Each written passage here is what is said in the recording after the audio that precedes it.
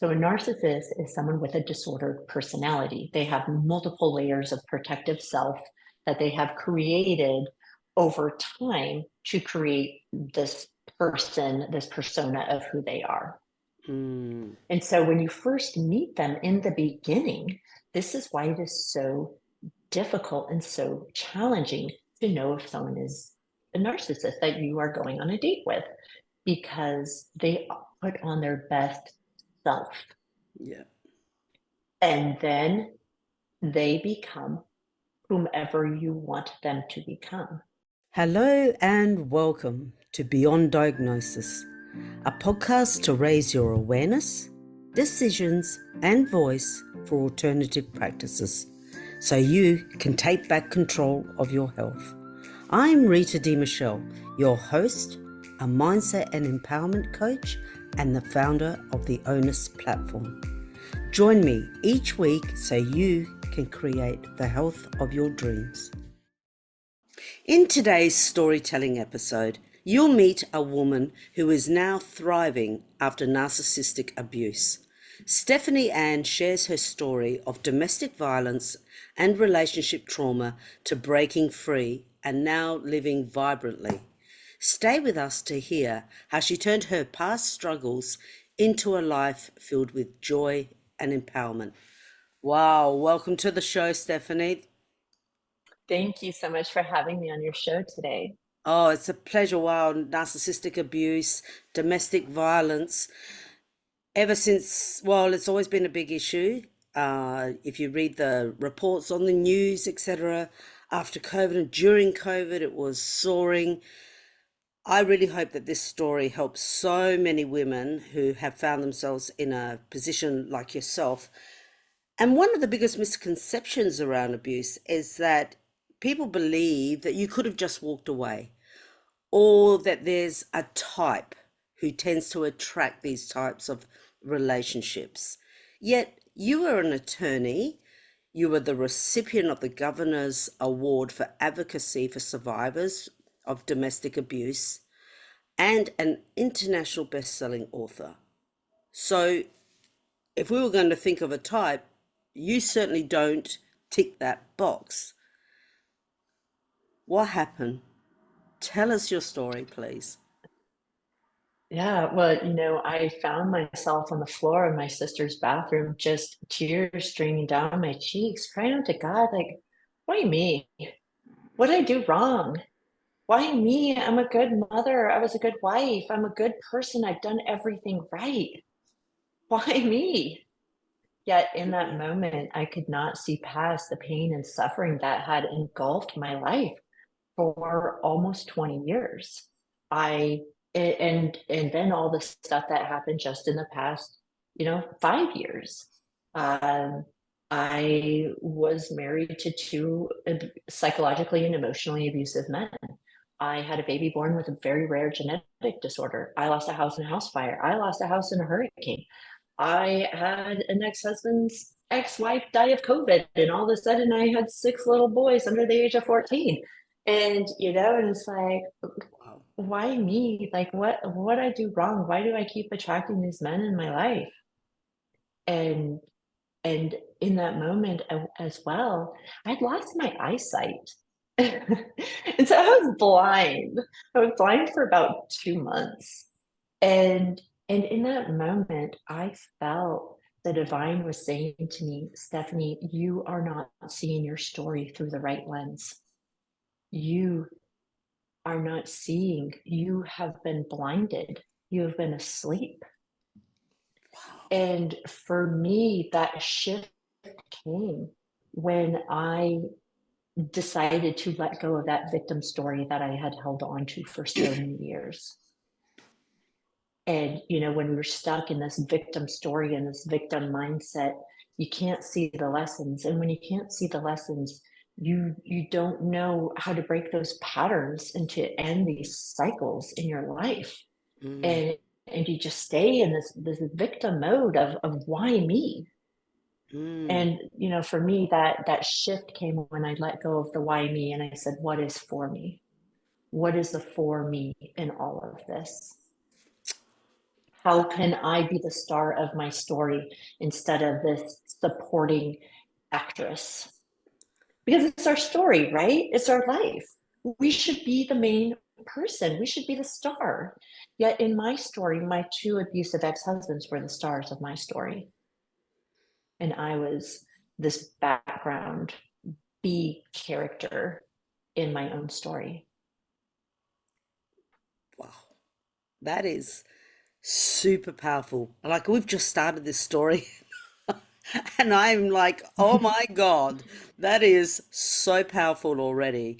What a message or for our listeners and viewers to hear right at the beginning of your story about being victim, like the why me victim, mentality to this what is it for me, and to be the driver, like already to be sharing this message that you caught on and went, no, I'm the driver.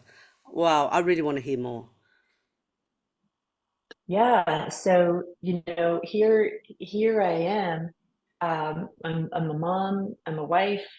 Um, I had just been through a very tragic discard, and I'll get to what all that means. But I was in a marriage that I wanted to be in, yet I didn't want to be in.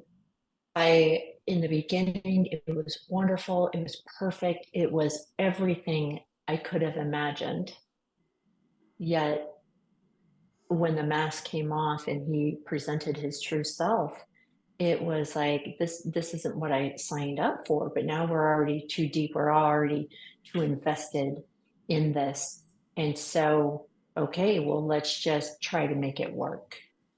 So let's go to some of the beginnings. So I met my husband in 2019, and he was wonderful. I had manifested him. And how many of us do that? We write out the list, right? I wrote out a list. I'd already been in a toxic marriage and with my first husband for 11 years, and we were married for 14, but um, so I had already been in a bad marriage, and so I was ready. I thought I was healed. I was ready to find that soulmate, that one person. I wanted something solid, and so I threw it out to the universe. I made the list: tall, dark, handsome. I mean, right? That's what we all put on our list. You ticked the Divorced box. dad with only little boys. Yeah, and I was very specific, like a divorced dad with little boys, the same age as my little boys. So I had two little boys at the time, and a businessman. I was very specific, and I put it out. And so a week later, I meet a man who checks everything off the list. Wow. So when so many people say, "Well, didn't you know, Stephany?" No, because I had manifested him, right? I put it out there and I got exactly what I wanted. In hindsight, now I can say, yes, the universe gives us everything we want with all the unlearned, unhealed lessons. Exactly. It keeps giving That you the came. lesson. It's giving you the lesson, in whatever form. Yes. And so when you think of what a narcissist is, let me just go into a Yeah. little bit of teaching mode here. But a narcissist, if you remember from like Greek mythology, narcissist was a man who fell in love with his reflection. He was so enamored with himself that he could not leave the pool. And so a narcissist is someone who has this grandiose sense of self importance, this preoccupation with fantasies of unlimited wealth, unlimited success, unlimited beauty. They are the most special person in the world, and only you can understand them. No one else has been able to get them, but you can. Yeah. And they have this need for excessive admiration and adoration. They want all your attention. They want all your time. They want all your energy. And sometimes you'll hear people say, well, they're energy vampires. Well, they are, because you will feel guilty if you're not giving them everything they want. Like, you get Mm. sucked into this story. And so, but they lack empathy.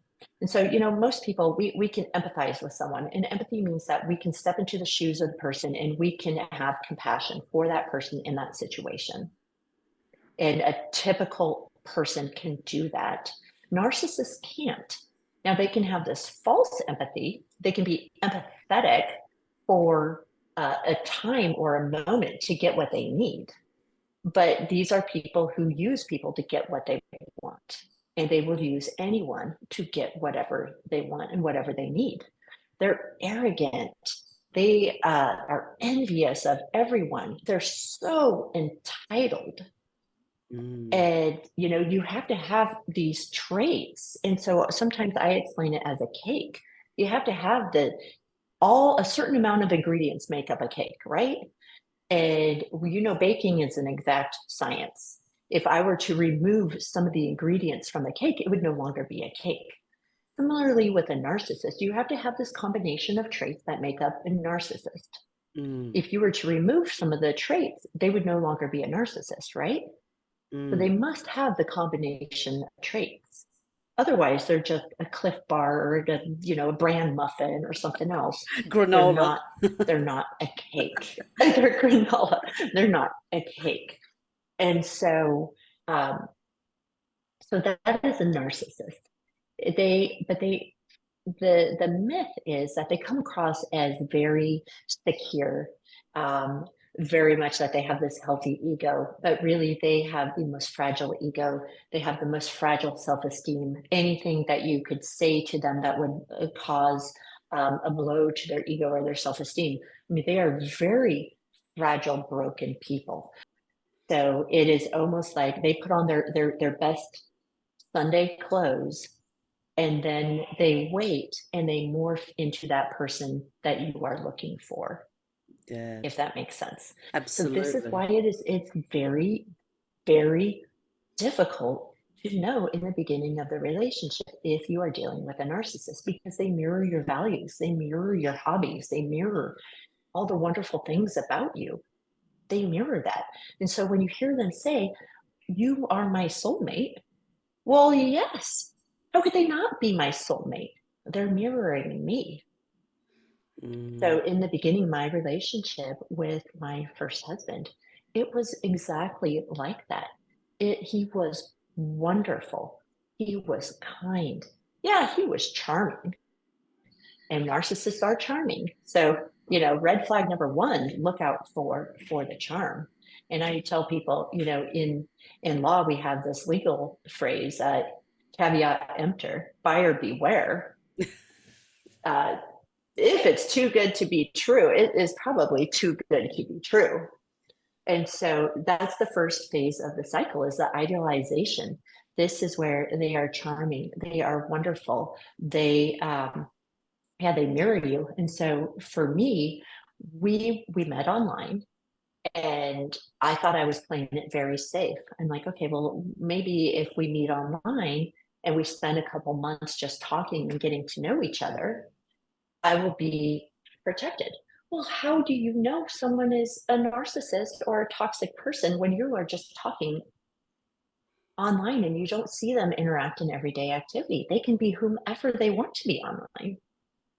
They usually have the words. That's pretty That scary. yeah, they're usually very good speakers, aren't they? Very eloquent. They know exactly Oh, what yeah. to say.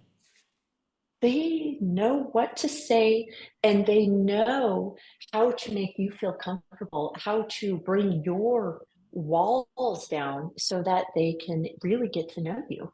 And they do. In the beginning, they genuinely want to get to know you. They're great listeners because they're stockpiling all of that. They want to know your vulnerabilities, they want to know your insecurities, they want to know what happened in your other relationships. Well, why did they fail? Well, for me, my first husband, he was a cheater. So he cheated for, you know, 14 years. Wow. Whether it's emotional affairs or physical, I don't know the whole extent, but I do know that when I moved into a new relationship, I wanted to be really trusting. I wanted to be really open because I didn't want to be hyper vigilant. I didn't want to be the person that's checking the phone all the time because I was that person in my first marriage. So I didn't want to be that person in my second marriage. And so I came with an open mind and a trusting heart. Mm. And how many of us do that? And we believe we found our person and they're saying all the right words. It makes it really easy to fall in love with a person who is mirroring you because you are falling in love with yourself, but you don't know it. That's powerful. That's like it's like a mind blow. And so everything is perfect in the beginning. It's the idolization phase. They're kind, they're wonderful, they're loving everyone. And he even passed the brother-in-law test. So my brother-in-law is a former Marine. He is a police sergeant. And he passed the brother-in-law test. And so, when I brought him home to meet everyone loved him. He was wonderful. And then so everything progresses quickly. We get married quickly. So we met, fell in love, got married within the same year. That is a lot. But when you feel like you've met your soulmate, it doesn't matter, right? We're older, we're mature, consenting adults. And so you don't really think about that. Well, we get married in December 2019. What happens in 2020? The world shuts down. And this is when his mask came off. So again, narcissists, they can hold on to this persona until they get you hooked, whether that is moving in, getting you pregnant, having something that's a big commitment, getting married. They will be that fake person until they get you hooked and committed. And so we get married, and we had only been married for like 3 months. The world shuts down. He takes his mask off. One day he's a completely different person. And this is what we call the devaluation phase. This is where the criticism starts to happen. This is where the gaslighting begins and the subtle coercion takes place. This is when you hear people say, well, they had a Dr. Jekyll, Mr. Hyde personality. Now I'm walking on eggshells because who am I waking up to? Am I waking up to the man I fell in love with? Or am I waking up to this really mean, angry person that I don't know? And so to define a few words, gaslighting is a word that is thrown around a lot right now, but what does it really mean? So gaslighting is when you manipulate another person into doubting their perceptions, experiences, or understanding of events. It's a form of emotional abuse. In fact, it is a highly calculated form of manipulation, and it destabilizes you over time. It's coercive control, but it must be by someone you are in a trusting relationship with. So an intimate partner. Like I could not gaslight you because we are not intimate partners and we're not in a trusting relationship. Now, if I was speaking to you as an attorney and you were my client, I could gaslight you because you are trusting me. We have a trusting relationship. Good So does point. that make sense? Yes, So because gaslighting, it has to be in a trusting relationship because they are taking that trust and they are using it and abusing it. right, because it is thrown around a lot, a lot. So So it's good for people, for the it listeners, is. to really have that clarity around it, so they truly know what it is.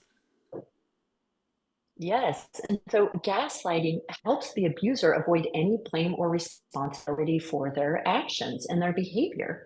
So if they can twist your words, if they can play on your insecurities and attack your self-esteem and make you doubt what just happened, then they don't have to apologize. They don't have to take any responsibility. And they slowly, over time, start to tell you you are the crazy one and you start to feel like the crazy one. That is why over a long period of time, gaslighting is extremely harmful. You get a lot of self-doubt. you begin to think, am I the crazy one? Am Mm, I the narcissist? Am I bipolar?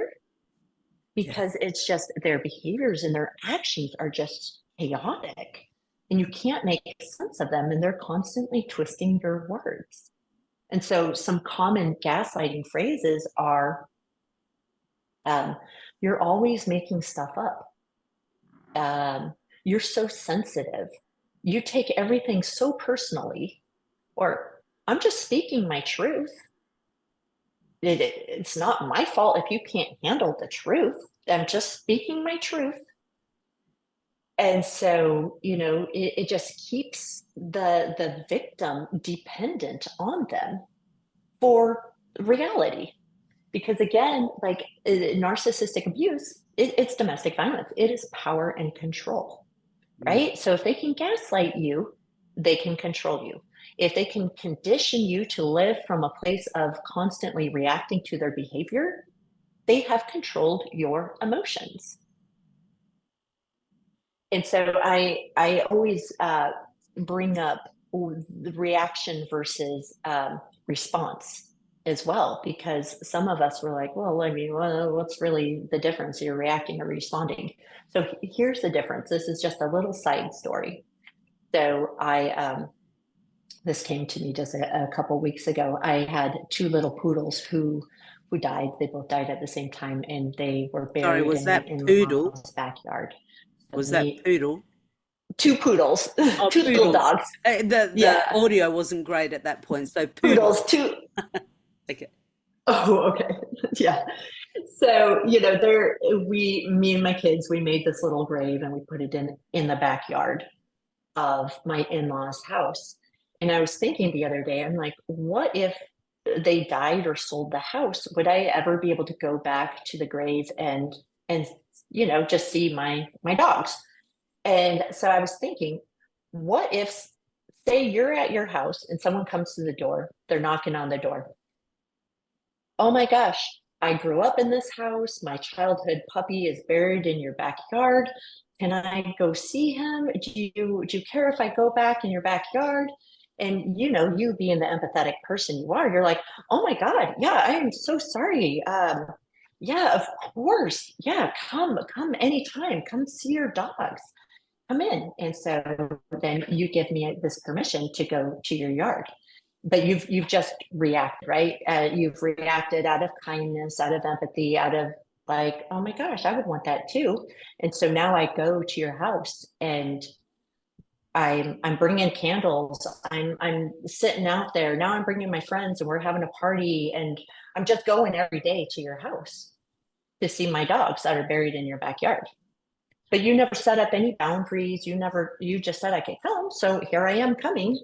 And now you are over there, like kind of fussing, fuming, or whatever, because you reacted, and your first reaction was, yeah, come over. Well, what if that same person were to come to your house and instead of reacting, now you respond and you say, okay, well, do you want to come once a year? Yeah, how often are you thinking of coming? What are you planning on doing? Is it like for 10 minutes, for 5 minutes? But when you respond, you can set up boundaries.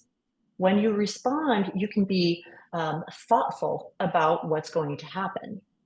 That's And so. so, do you see the difference between a reaction and a response? So, Mm, when you are with a narcissist, you are conditioned to react.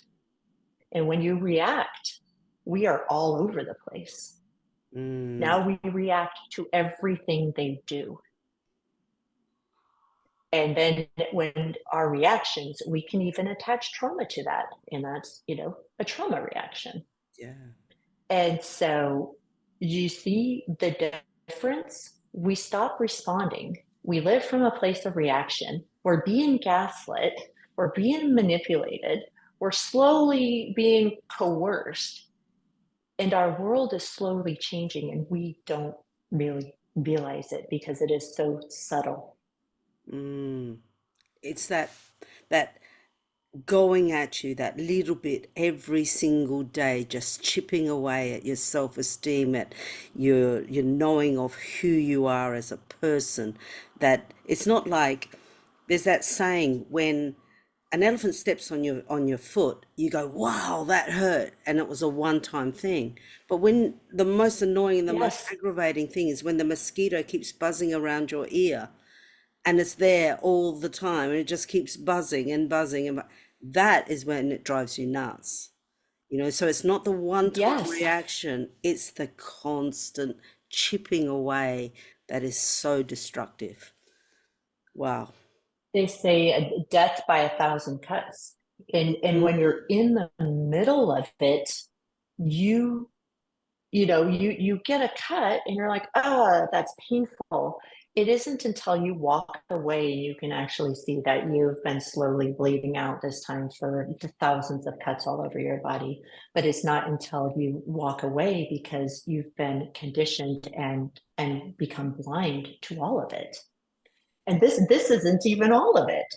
So mm. on top of all of this, remember they can't be mean all the time because no one would stay if they were mean all the time. So they have to be good also. And so this is what we call intermittent reinforcement. So it's bad, but then it's good. So they devalue and then they love bomb. Then they devalue and they love bomb. And so it becomes very confusing because you're trying in your mind, you're trying to make sense of all of this, right? It's like, okay, I'm waking up today. My husband was wonderful all week. He was great. And now all of a sudden, he's giving me the cold shoulder. He is off pouting somewhere. He's doing something or he's gone. And you're like, I don't even know what I did. I don't even know what happened. And so you're constantly in this like hyper vigilant, anxiety driven state because you have no idea what's going on because they are controlling the narrative. So Mm. they know when they go off and pout, they know you are going to feel bad about yourself for that weekend because you're going to be wondering, what did I do wrong? Why are they doing that? How can I fix this? What needs to happen? And so we start internalizing all of their behavior. We take it personally. We internalize it. We try to make sense of it because that's what we do. That's what empathetic people do. That's what normal, typical people do. We're trying to make sense of all of this, but they are just causing all this chaos and drama, and we have no idea. And so then we start, okay, well, who do I need to become to get that person back that I fell in love with? Do I need to lose weight? Do I need to make dinner better? Like, what do I need to do? Who do I need to become now to get that person back? And so you see in the beginning, in the idealization stage, they became who we wanted them to be. And now we are trying on everything to become whomever, which one is going to be the one that was going to get the person back that we fell in love with? Who do I need to become? What personality? How do I need to change myself? But it doesn't matter what we do because that first person was never there. That was an illusion. And so when you have all of this, I call it conscious chaos and confusion, this fog, Absolutely. this they're good, they're bad, that creates a trauma bond. And a Mm, trauma bond is it's very similar to Stockholm syndrome. So many people, we know about Stockholm syndrome because it's when on the news when you see those big sensational kidnapping cases and it's like, okay, well, the victim has fallen in love and in fact she's pregnant and whatever. um, that's Stockholm syndrome. So it's very similar to a trauma bond. So now you have this trauma bond, and it's very similar to an addiction, like a drug addiction, because and I used to say that to my husband, God, I feel like I'm so addicted to you, and I don't know why. mm, Well, it's the intentional intermittent reinforcement. We're addicted to the good times. We stick around because we know it's going to be good again. And we stick around because we're waiting, like, I know if I can just play this out a little longer, I will find the right combination of person that I need to be, and I will get that person that in the beginning that I fell in love with. It's similar to to someone who's been using a drug. They get that first high, they get all this dopamine, all this endorphins, all this, oxytocin, whatever, all the chemicals, the feel good attachment chemicals. But every time they use, they never get that first high. But they keep using, believing in their mind that they will eventually get that first high again. Maybe if they get the right combination again. But that will never happen.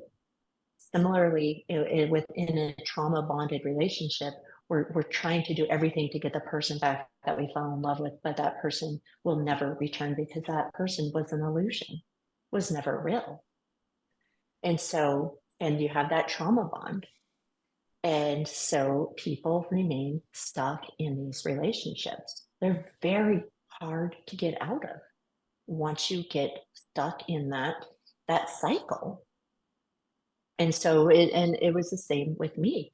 Like, I knew his behavior was wrong. I knew I didn't want to be in this marriage, but I loved him, or, the idea in my head that I created of who he was. I loved that version of him. And then I just tried to be everything I could be to get that person back, but he never came back because he wasn't there. And so, it's called cognitive dissonance, is this fog. And that's another word you might hear people say. It's when you hold two conflicting beliefs at the same time. And so the conflicting beliefs are, this is a wonderful, wonderful man that I'm in love with. I have children with him. I want a future with him. And then you have the other conflicting belief over here. He is mean. He is evil. He's manipulating. He's controlling. He's an alcoholic. He's all these things. And so it's like, what do you do when you have these two competing conflicts in your mind? Well, the dominant thought's going to win. So whatever that dominant thought is in that moment. And this is, again, why people stay, because in a moment, he can be that wonderful, loving husband that you fell in love with. And then in another moment, the dominant thought is he is this mean, evil person. And was that And so so confusing for we, you? So that was your experience, obviously, that you were in that and you yes, had that confusion. You were still wanting to go back to that charming, charismatic person that you first met. Wow. So yes, it is. It's so confusing. And unless you've really been in these situations, it's challenging to explain it to other people. But I can tell you that if any of the listeners are in this and you resonate with this story of, wow, oh my gosh, yes, my husband, and even in my head, I'm like, God, I love him, I hate him. He's wonderful, he's horrible. And you are probably in one of these types of relationships. And I will tell you, it will not get better. In fact, they get worse. Mm. Because again, a narcissist is there to use you to get what they need from you. So whatever that is, if you are going to make them look better, if you're going to make them feel better about yourself, and you do, because you're pouring all this love and attention and all this stuff, and it is exhausting and draining and a burden. These relationships are burdensome. And so there's only two ways out. You are going to get discarded, and that's exactly what it sounds like. What do we discard? We discard trash. We discard garbage. We discard things that we have used up and no longer has a value to us. So when a narcissist has used you up and you no longer have value to them, they discard you. And that pretty much means they throw you away. They walk away. They walk away and move on to the next relationship that very moment, that day. There could be a woman picking them up right now. And I know I'm saying the narcissist is the man just because that's my experience, but that women are narcissists as well. It goes both ways. Just flip the script. You start to understand, because there's freedom in understanding. And when you start to understand that, no, you are not crazy. No, you are not making things up. No, it is time to stop with all the lies and the deceptions and the stories that you've been hearing and all the gaslighting, when you start to realize what had actually happened to you, when you understand the cycle of abuse, when you understand the trauma bond, when you understand the cognitive dissonance and the gaslighting, then it starts to make sense. And you can start having compassion for yourself. You can forgive yourself. Mm. You can let the negativity go, and you can find value and worth and love within yourself, and you can leave. And it takes a lot of courage. It's very, very hard to leave these relationships. Very hard, because even though we know how bad they are, there's still that glimmer of hope that, oh, they will change, but they won't. And that's what I always tell people. I'm like, you can't love them enough to change them. The only thing you are doing, you are slowly destroying yourself and hurting yourself. The only thing you can do, and honestly, the most loving thing you can do for this person that we love, is to let them go. And to find the strength and the courage and leave before you're discarded. Wow. So it's it is hard, because we love these people, or we think we love them. We love this idea, this version that we've created in our mind of who they are. And so we have to let that go also, Mm. and just work on ourselves and focus on ourselves, because again, a lot of the people who are in these relationships, we're caring, we're giving, we're loving, and we have just given everything to a person who doesn't respect you, doesn't love you, doesn't care about you. They create the illusion of all that, but you've been trauma bonded. You have been brainwashed. And this is what I also tell people as well. When you leave these relationships, it's not like leaving a healthy relationship. You have been brainwashed. You have been conditioned. And so you have to look at it as if this person has left an occult, Mm. Wow. or they're drug addicts. You have to look at it like they're addicts. Like, how do we help an addict recover? Mm. That is how you help a trauma bonded person recover. It's similar to that, because we are addicted to, I don't want to say to the chaos, where it's not the chaos. It is, I truly believe the addiction is the person. Like, we're addicted to that person because we truly believe they will change. Mm. Just give me a couple more months, give me a couple more years, I'll crack the code and they will change. I'll get that right code that when the lights come on in your car, and it's like you have to go to a mechanic and they have to put that code in. So sometimes I think like that, like, if we just have the right code, the right sequence of numbers, we'll get that person back. But yeah, the person's an illusion. It's not true. Nothing's real. So can I So ask you have to let them go. definitely. And in the beginning, when I said there was that myth that a certain type attracts these type of relationships, well, after listening to what you've said so far, I want to ask, for the narcissist, is there, let's say we're talking about men in this instance, because I'm interviewing you as a woman, do they attract, or are they attracted to a type of woman that seems more empathetic, like more of an empath? Because an empath will always try to keep the peace and feel someone else's emotions and take on other people's responsibility that doesn't belong to them until they've set up those boundaries. Do you think a narcissist can target an empath, can see them and go, yeah, exactly my type? You know, I I don't know all of that. I'm not a psychiatrist or a Mm. psychologist. Just out of your But experience. I've read, yeah. So, from my experience, I would say definitely a more empathetic person, a person who is more caring, more understanding, more forgiving, Yes. because I can forgive all these little things because I see your potential. And a lot of the time, and I've said this many times, like I fell in love with his potential. I can see potential and greatness and goodness in people. And, when you're in a healthy relationship, you both partners see that potential and both partners grow together and help you fulfill your potential. Mm.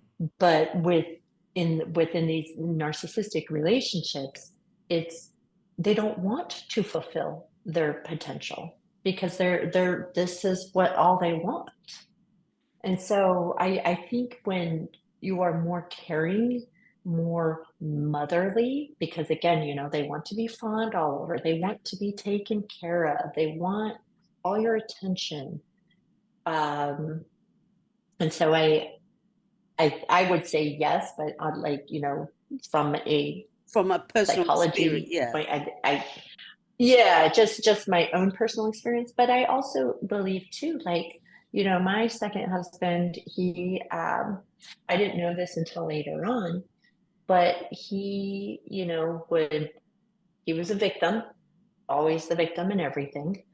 And so, he made out his ex-wife to be this like horrible person who was using him, and he had this big sob story and he had all these legal troubles. And so, he would use me to intimidate her. And so here I am.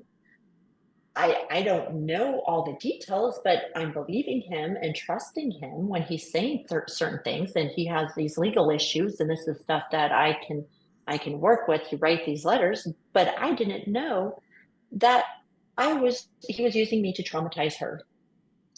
Oh. And so I think he chose me for some of that. I was a strong person. The lawyer, all these things. And so, okay, well, now he can hide behind me and I'm going to do his dirty work for him. And he was he's more of a malignant narcissist. So narcissists, there's a spectrum of them, all different types and sizes and whatever's. But the malignant kind of borderlines on the sociopath side. Like, he was a self-proclaimed asshole. He hated everyone and everyone hated him. And so he would go and burn all these bridges, and then he would have me go and rebuild all these bridges. And so it was like constantly like, okay, well, now you've been kicked out of the doctor's office. Like, our kids' doctors won't talk to you because of your bad behavior. And I was actually talking to another attorney who was married to a malignant narcissist. And he told me the same thing. We're sitting here sharing stories. I'm like, did you have to do like legal damage control all the time? And he's like, yeah, all the time. And so it's almost like they know they know what they're doing. I mean, firstly, let's just get that out there, because so many people are, oh, they don't know, they're not self-aware. They know exactly what they're doing. I mean, look at the definition of gaslighting. It's Mm. intentional. They know what they are doing. They are very smart, clever people. They're not crazy. They know exactly what they are doing. And so, I'm talking to this other attorney who was married to a malignant narcissist also. And we both came to the conclusion that, especially the malignant type, they are intentionally destroying all these relationships because now, look, I don't have to deal with the teachers anymore. So it wasn't my fault they kicked me out. And so who has to go deal with them? I do. Well, now he can't go to doctor's offices anymore. He can't take the kids to the doctors anymore. So who has to do it? I do. Well, now he got kicked out of this place and these people won't talk to him either. So now who has to go deal with them? I do. because we still have to have a life and we have kids and we have things, but now he can't deal with anyone. So he can just be at home doing whatever he wants. That is what they want. And now I'm doing everything. And he would just, again, the gaslighting. Well, they, I didn't do anything. I didn't yell. I wasn't being hostile. Mm. This, I just said this and they took it that way and now they kicked me out. It's not my fault. I mean, he's gaslighting them. Just like, I like to say crazy, like he's just effing crazy, but he's not. It's calculated. It's like a And now he's gotten calculated, out of all I was going to say, it's like this calculated emotional hurricane that comes through your life, messes it up, and then spins back out. It's incredible. No, it is exactly what it is. Like, they take everything and they just destroy everything because they create this world of trauma, drama, and chaos. Like they just and then they start conditioning us. And so do you know that I don't know if you ever took a psychology class, but like every first year college psychology class, we all learn about Pavlov's dogs, Yeah. right? Like he's conditioned these dogs, and so every time a bell rings, now the dogs they just react. It's Yeah. just an automatic reaction, and so it's very similar in these relationships. It's like he would just open his mouth, and I would just react to whatever, and you just live in this place of reaction. And so he's creating all this chaos and we're just over here blown up like a firecracker, reacting and reacting and reacting, and we just live in this chaotic hurricane. Mm. It is chaotic. And then you're like, how do I get out of this hurricane? But I love him. So now what? Do I just stay in this hurricane of chaos, waiting for him to change and changing myself and becoming everything that I never wanted to become? Or you hide your true authentic self, which is kind of what I did, which is why I'm not that in the EFT, which has saved me. But like I just stopped showing him my true personality. So, like he would say something that he would get a reaction. I would react, but I wouldn't give him my honest opinion on things anymore, if Mm. that makes sense. So you start hiding yourself, who you are.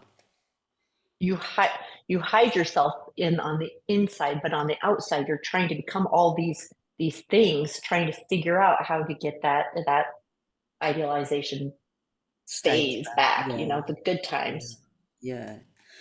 So, Stephany, what are some of the things that you could actually share with our listeners and viewers who are listening to your story and know that they are in the relationship, a relationship like you experienced, or a few light bulbs are starting to flash on and they're starting to tick a few boxes saying, oh, is that why I'm experiencing this? Is that why I'm feeling this? Is that why I'm reacting? They're just starting to go, oh, wait a minute. I see myself in your story.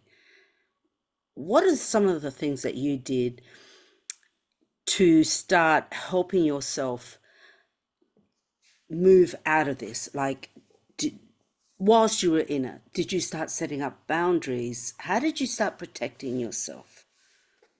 Yeah, so in 2020, I actually his behavior just kept getting worse and worse and worse. And it was so confusing because here we have the world that is crazy and shut down and confusing. And then in my own personal home life was Mm. starting to get crazy and confusing. And I really didn't know what was truly his behavior or what was 2020, because he could blame it all on 2020, or at least in my head I would justify it like that. Okay, well, he's acting all weird and strange because the world is all weird and strange and everyone is weird and strange right now. And so, I started to justify his behavior. And a lot of us do that. We justify their behavior. And I think that's one of a really good sign if you are in a toxic relationship. If you are justifying someone's behavior, you are probably in a not so good relationship because we shouldn't have to justify other people's behavior. In fact, we shouldn't even take responsibility for their behavior at Yeah. all. Mm. And so I actually separated from him, filed for divorce, and stuff. And I should have stuck with my intuition there. But they say you leave, and then the love bombing. His mother kept calling me, Stephany, he's changed. He loves you so much. He'll do whatever it takes to get this marriage back. It's 2020. So, they're feeding into that, uh, that validation that I'm seeking as I'm blaming everything on 2020. And so I did. I said, well, you have to go to uh, the abuser recovery class, or you have to do AA or whatever. I set up these boundaries, and then I brought him back, and he was great. Again, I got that person I fell in love with back for 3 months, and then the mask came off, and it was just even worse. And so, it was during that time that we were separated that I learned about EFT. So EFT, for the listeners, it's emotional freedom technique. It is a tapping healing modality that really helps you to process your emotions. It helps you to understand the emotions, talk through the emotions. So for instance, if it's anxiety, that's all this anxiety I'm feeling in my body, I'm feeling it in my chest. I feel it feels heavy and stuff. And so you really sit with it, and then you release it. And then I do another round of tapping into the person you want to become. So I'm strong, I'm capable, I'm, whatever. But so when I found EFT, I just spent hours and hours and hours. And honestly, I really feel like it was um, a God-given tool at that time. And it has really helped me because every time there would be moments of like this chaos and all this gaslighting and stuff, I would go somewhere and try to, whether it's just in the bathroom because that's the only place I could go to be alone, or in my car, and I would just tap and work through and process, these things. But I still didn't know what narcissistic abuse was. Mm. And here I have two ex-husbands. They're both calling each other narcissists. Oh, you're still married to that narcissist, or you're not, so again, they are aware. They are not dumb people. They are very, very intelligent to some degree. Mm. Mm. They know what they're doing. They're playing the game. Mm. And so I did that. And then, going back to when I'm on the floor at my sister's house, like, so many people would ask me, well, Stephany, what are the lessons? Well, when you're stuck in this victim story of everything happening to you, you can't see the lessons because you did nothing wrong. So if you did nothing wrong, there's no lesson to be learned. And so when I let go of that victim story and said, okay, let's just pretend. And sometimes we have to pretend. Let's just pretend that my two ex-husbands aren't monsters trying to destroy my life. Okay. I don't really believe that, but we're pretending. So I got a journal and I sat down and said, okay, what if they were teachers here to teach me powerful life lessons? What would those be? And what would that look like? So I went through my first marriage. Okay. Um, husband number one, if you are here to teach me a life lesson, what would that be? Okay, boundaries. So for 14 years, I was the boundaries police for him, which means I was patrolling his boundaries. He didn't have boundaries. He was cheating. So I would confront the other women. He's married. Why are you chatting to him? Why are you sending him photos? Mm. And so I can say thank you, husband number one, for showing me that I am not responsible for other people's boundaries. I am not the boundaries police. That is not my job to be the boundaries police. And it is not my job to be someone else's boundaries. I am only responsible for my boundaries, and I must have boundaries. Mm. Okay, so going into marriage number two, I thought I went in with boundaries. Instead, I carried a toddler fence. Do you know what I'm talking about? Those little fences that you can Put a toddler in and create all, you put a toddler in or a dog and you create this little boundary. But if they're heavy enough or strong enough, they can push it over, right? And mm, so I go into my second marriage and I bring in my toddler fence, my boundaries. I set it up. He goes up to my boundary and he knocks it over. And I say, oh, okay, the boundary must be over here then. So I pick up my toddler fence and I move it over here. Okay, here's my boundary. And then he would go and he would push up against my boundary, knock over that toddler fence, and I would pick it up again and put it somewhere else.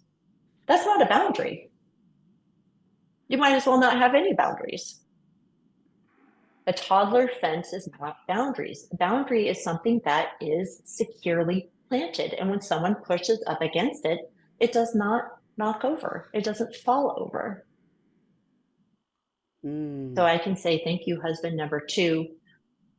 I really need to have boundaries, and a toddler fence is not a boundary. So I went through both of my marriages and filled up an entire journal. And again, I had to pretend that they were teachers here sent to teach me life lessons. And what would they be? Husband number one, uh, I'm worthy of so much more. Why do we put up with so much? Wow. Yeah. I'm worthy of so much more. And I like to say worthy because worthy, as opposed to deserving. A lot of people say, well, you deserve so much more. No, worthiness is innate. I am worthy because of who I am. Beautiful. Deserving means that we did something to get something in return. So I did this to you, so therefore I deserve that. No, worthiness is innate. It is because I am. I am worthy of so much more. Mm. And so you have to find the lessons. And when you really, really take the time to do the hard work, then you can see the patterns. And when you can see the patterns, you can say, okay, I either want that or I don't want that. And then you break those patterns. So you stop calling in or being attracted to these types of people. So I can say with confidence, I am not afraid to date another person. Will I date another narcissist? No, I can see very clearly now. I'm completely out of the fog because, between my two marriages, I didn't do the hard work. And so many people, we always hear that, well, time will heal. Well, time heals if when you leave a healthy relationship. Time does not heal when you leave a like toxic relationship. It doesn't heal. You have to do the work. And I did not do the work. I just did the time. Okay, it's been 2 years. I can date now. That's wow, And that's a powerful message. That is such a powerful message because I really dislike that saying now that it's funny you brought that one up because I so dislike that saying time heals all. No, it doesn't. We no, we heal us.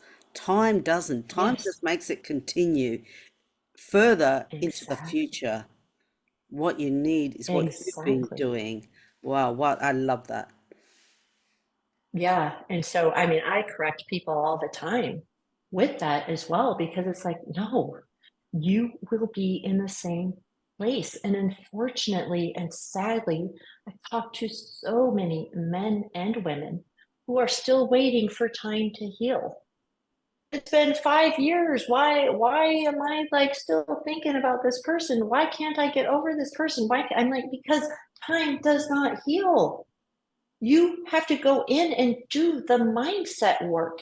You need to rewire the electrical wiring station because you have been brainwashed and now you're just sitting here in reliving that moment by moment and day by day. You're still stuck in the past. You are still stuck to all those trauma wounds. You are still attached to this person. Mm. You have to do the work. And doing the work is the mindset stuff. It is getting that toxic person out of your mind and renewing your mind. I don't always quote Bible quotes and stuff, and I don't even know what scripture it is, but it's like, be renewed in the mind. Mm. You must renew your mind because you have spent so many years in negativity and toxicity and brainwashing and conditioning. You need to get all that out. And so I always tell people too, I'm like, you've got to do like a negative mind dump. You've got to get that person out of your mind, Yes. get it all out, and then fill your mind up with peace, harmony, love, joy, happiness, all the fruits of the spirit, all the good stuff that you want. Fill your mind up with that and think on those things. Because when you're with these toxic people, it's just negativity all day long. Absolutely. It's soul destroying. It's absolutely soul destroying. You come out of, I guess, a relationship like that not knowing who you are anymore or what you want in life. And I guess you were able to do it through emotional freedom technique, but for some people who have been so traumatized that they can't, I mean, obviously going to a qualified therapist or mindset coach would be beneficial for them to at least start to get back that self-worth. And what you're saying, it's the self-worth part that is totally destroyed, that you have to then get back to believe you're worth the best in life. And I think from you, Absolutely. from, if I can say two things that I've really going, if we can recap back to your story throughout, there's two things that have really stood out for me here is having boundaries. It is so easy throughout life, situations happen to us where we've let our boundaries down, we've let them down, or we haven't really had strong ones to begin with. And narcissistic abuse can happen because of a lack of boundaries. Mhm. And we're not responsible for them, and we're not responsible for their actions, we're not responsible for their emotions, but we are responsible for ours. And I love the way Yes. you have been so responsible and awake. Like you had the strength to realize, even though you were going through all that abuse and manipulation, you still had this inner core strength to go, you know what? This isn't me. I'm not the crazy one that he's making out to be. And I'm going to save myself for myself and for my kids. I mean, that takes incredible courage. Your story is amazing, Stephany. And I'm so glad that you've come onto my platform and shared it with so many people who need to hear this, because a lot of people are in abusive relationships and narcissistic relationships. So, my question to you to wrap it all up is, what message do you have for our listeners today? The biggest one, and if it was something that I had heard, I don't think I would have gone back to to my second husband, was that we cannot change them. We cannot love them enough. We cannot change ourselves enough to get them to change. The most loving thing we can do for ourselves and for them is to let them go. That's really hard to hear, Mm, especially when you invested. years and years and years. It's like that rate of return, right? That investment on return. Yes, We want that ROI, return back. the ROI of Yeah, yeah, that's what it investment. is. The ROI. We want that back. It's like, Yeah. well, I've invested 10 years of my life into this person. I have two children with this person. Mm. But sometimes we have to count our losses and say, what is the most loving thing for everyone in this relationship? And the most loving thing for everyone is to let them go and to work on yourself. It's best for the children, it's best for you, and it is best for them. Wow, powerful. Such a solid message. I think it is so true. You have to learn to let go. There's so many things in our lives that we need to learn to let go of. And I think sometimes letting go is one of the hardest things for people to do. That takes a lot of courage to go, you know what, it hasn't worked. And I think it's also getting rid of the ego that says, no, I Yeah. have to make this work. I have to. What would people think? I have to do it for myself. No, Yes. you actually don't. You don't have to worry about what other people think. What they think Yes. Oh my gosh. is that is Yes. And to just to yes, please. yeah, and to just touch on that you brought that up. I When you have a high achieving person, you don't want to feel like a failure. It's like I already felt like a failure in my first marriage. And here I am feeling like a failure for the second time around. I'm feeling like a failure. Like I can be successful in all the other areas of my life, but I can't freaking find success in marriage. And so you feel like a failure. You feel like you're disappointing your family and your friends. You're letting everyone down, at least, in your head. Because for me, it's like my parents are still married. My first husband's parents, they were still married. I mean, they're going on like 55 years of being married. And so it's like, well, you work at it, you try to make the relationship work. But in the end, you it's you're either going to disappoint everyone or you're going to disappoint yourself. And I will tell you, Mm, because I have disappointed myself enough. Don't disappoint yourself that because it's all in our head. It's all mm, in our mind. absolutely. And I'm tired of disappointing myself. And so instead of disappointing everyone else, and why do we care? They're not the ones living our life. They're not the Exactly. ones that are in our marriage and that know all the crap that we're going through and the things we're putting up with. They don't know because, Mm, again, we hide it because it's embarrassing. That's why people don't talk about this stuff enough for the judgment. But and so here I am. I would rather disappoint myself and remain in this disappointing marriage than let down everyone else so that everyone else could see that I'm a failure. mm. That is so powerful, because how many times do we sacrifice ourselves to make sure that in society we look like we've got it all together, and that this isn't happening to me, that this only happens to other people. It has to stop. And I do feel that it is a subject that needs to be talked about more. And that if a woman is I going do through too. it, she needs to be able to talk to her girlfriends or to her parents or to a counselor openly and get the help they need and get the support, the emotional support, because this happens way too often, especially for women. I'm not discounting that it doesn't happen for men, it does. But I think if you look at the scales, women win there.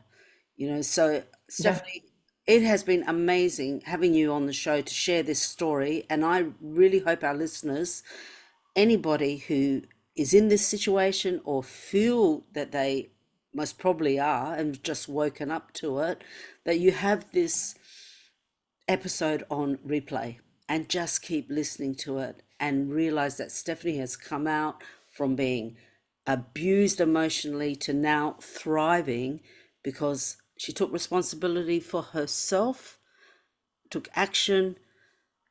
So admirable. Thank you, Stephany, for sharing your story with us today.